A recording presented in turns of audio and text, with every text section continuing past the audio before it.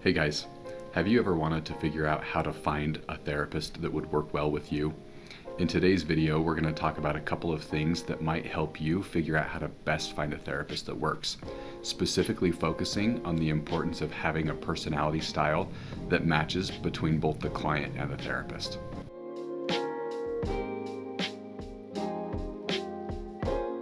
Any stories shared in this podcast have had names and details changed for the confidentiality of clients. Any resemblance to someone real is coincidental. Hello everybody, thank you for joining us for today's video. Today we are going to talk about why therapy doesn't work if there is a mismatch between you and your therapist's personalities.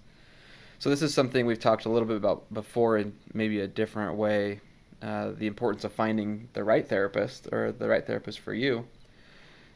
Part of that exploration might be just personality. Is this personality someone I can work with? So what does that look like in therapy, a personality match or mismatch? I think that this is actually kind of a fun and funny concept, but also one that's really important. Here at our office, a lot of us have the same background and training and have even worked at some of the same locations over the course of our career.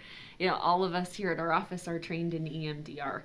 But the experience you're going to have coming to a different therapist here is going to be just like completely different, because our delivery of that kind of a modality is going to be different based on our personality and the way that we see things.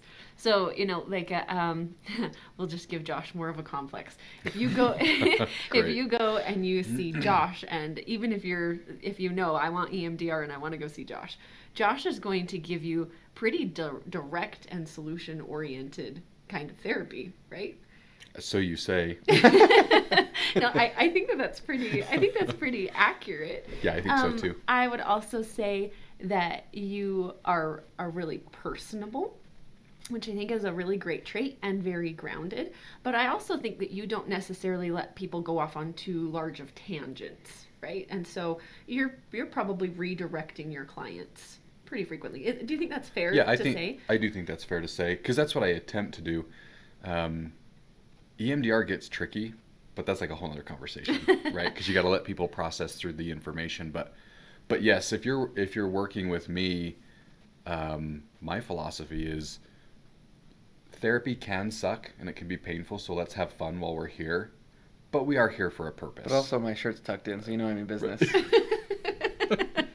It's not today, but yes. Yeah, 'cause not on Casual Friday. But. Not on Casual Friday. Right. Also, I mean, you can tell, like, Jaden's got the jokes. If you're going to see him, you're probably also going to be laughing in session. Yeah, therapy's going to be fun with Jaden, right? I don't know. You'd have to ask my clients, but... Not saying that you don't do the serious stuff, because I think that you do. But one of our favorite things about Jaden, just as a person, is that he's going to always have the timing for the jokes, right? And and that's just something that we enjoy about him as a person. But that personality definitely comes into therapy. Like, people who come in to see him are definitely going to get some of that kind of a feel from you. I think this is probably every therapist's experience, but it doesn't... You kind of build your caseload, and you get some clients that stick with you for a while, and that is because for some reason they mesh with your personality or whatever. And if they don't, I feel like they tend to bounce off pretty quick. Like whether they blame it on the personality, they just don't think therapy's for them. Maybe they don't know exactly why. But I think if there is that personality mismatch, or if someone like shows up and doesn't think my jokes are funny or something, then they're not going to really commit to therapy probably. Whether they realize that's what it is or not. You know, I remember, and I always bring this up, which I think is counterintuitive to probably the title of this video and what we're talking about. But I did a training once where a psychiatrist suggested that personality doesn't matter. And I don't think that that's true. I do think if you're willing to, what you say, Jaden, like if you're going to commit to therapy, whether you jive well with someone or not, therapy I think can still be beneficial. But most of us don't want to go sit in a room with someone that we don't jive with.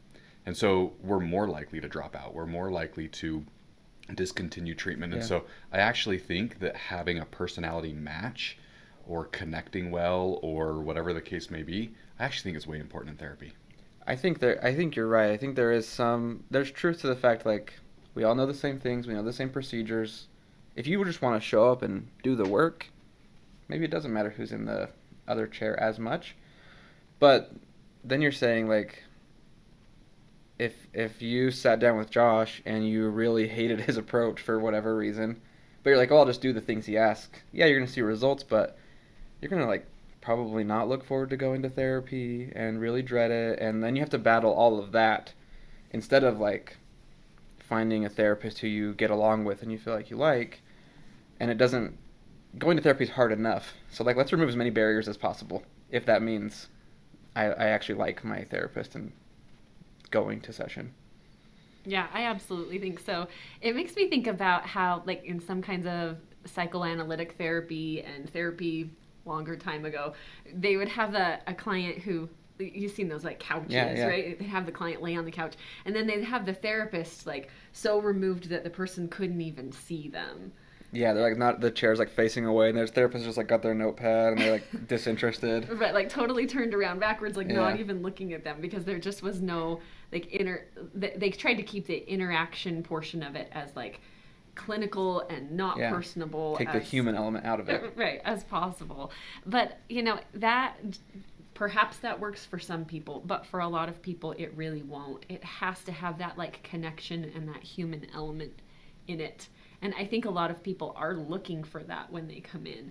And so it's important to remind yourself, if you've been to one therapist and you really, really didn't like it, or you really didn't like the therapist, it doesn't necessarily mean that's what all therapy is like. It might just be a really decent mismatch in your personalities. Yeah. Go ahead. No, go for it. Well, I was just going to say, I think it's maybe on, if we're picking sides between does it matter, does it not, I think adding to the side of it does matter would be if I'm like I want to show up and get straight to business kind of person, and you show up in my office and you're like pushing me to like, and you do that, it's going to be not pleasant for either of us probably, because that's not really my strength. I like to think I get the important things done, but I don't have a problem if my client goes off like on a tangent about something that happened, and I think that's just how it works in my office. So you're kind of doing yourself a disservice if you're trying to force the therapist to match your personality too, or your agenda for whatever reason. Right. And I mean, having said this, it doesn't mean you have to love every aspect of your Sure. therapist's personality, or that they're never going to say something that's irritating to you. But just know that like you have to jive enough with the therapist's personality for it to work. Yeah, they're not going to be your best friend. They shouldn't be. They shouldn't be. They Yeah, shouldn't be. That's when you run. I actually just wanted to share one thought. As a therapist, I've found it both intriguing and challenging to try and demonstrate to clients what my personality style is like before they come in for therapy. You write your own biography, whatever. Maybe in some ways you post pictures of yourself on your biography or on the website. I just asked you to edit a video for me. And so you kind of throw out there, hey, this is kind of what you're going to get if you work with me. But I also want to point out that in trying to find a therapist, it's okay to go and then decide, do I give this another shot? Do I not? Because I think the personality styles are different. And I just wanted to share one example that I think happened a lot in a previous place of employment. Anytime there was a new client that would come in, the intake people would often request information. Would you rather see a female? Would you rather see a male? Do you want someone with more experience, someone with less, etc.? And there were multiple occasions where people were hoping to work through trauma and use EMDR, and they wanted a female therapist. And oftentimes our female therapists were just booked.